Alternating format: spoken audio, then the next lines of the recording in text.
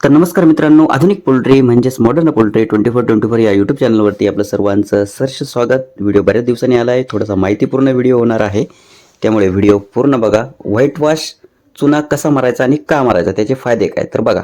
फुटाचा shade आपला हा 232 म्हणजे 6000 पक्ष्यांची कॅपॅसिटी आहे थोडक्यात. इथे 232 म्हणजे 6000 स्क्वेअर फूट झालं, पण आपण इथे पक्षी टाकतो 1.5च्या हिशोबाने, म्हणजे साधारण 4500 पक्षी तुम्ही इथे प्लेसमेंट करतात.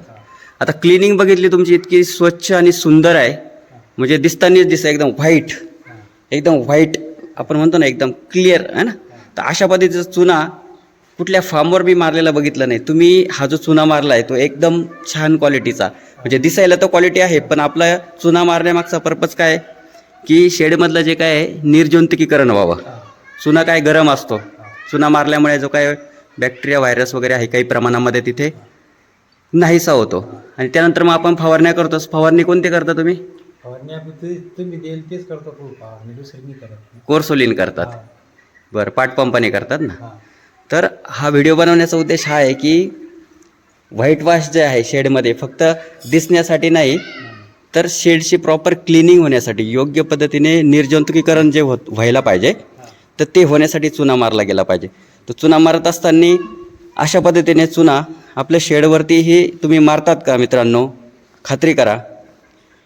तुम्हाला वाटेल हा नवीन फार्म आहे. नवीन नाही, 5 वर्ष जुना फार्म आहे. आणि ज्यावेळेस तुम्ही त्याचा कोबा बघाल, कोबा पण छान पद्धतीने प्लेन आहे, कोब्याला कुठेही खड्डा वगैरे पडलेला नाही. कोबा करताना काळजी घ्या. कोब्याचं महत्त्व सर्वांनाच माहीत आहे की कोबा जर चांगला असेल तर पक्षी आपण जे काय भुसा टाकतो आपण, तो भुसा इकडे तिकडे पांगत नाही, म्हणजे व्यवस्थित त्या कोब्यावरती स्टेबल राहतो. आणि ज्यावेळेस आपण रॅकिंग करतो, तूस हलवतो, त्यावेळेला तूस हलवताना अडचण येत नाही. नाही तर बऱ्याच फार्ममध्ये खड्डे पडलेले, कोबा तुटलेला, काही ठिकाणी कोबाच नाही आहे. आणि पक्षी गेल्यानंतर शेडची साफसफाई जी काही क्लिनिंग आहे ती क्लिनिंग करतानाही काही अडचण येत नाही. आणि प्रॉपर योग्यरित्या जे काही तूस आहे, जे काही मॅन्युअल आहे, ते आपल्याला व्यवस्थित भरून बाहेर फेकता येतं. तर अशा पद्धतीने आपलं शेडचं नियोजन आणि चुना व्यवस्थापन जर केलं तर नक्कीच याचा फायदा होईल. मित्रांनो, काळजी घ्या.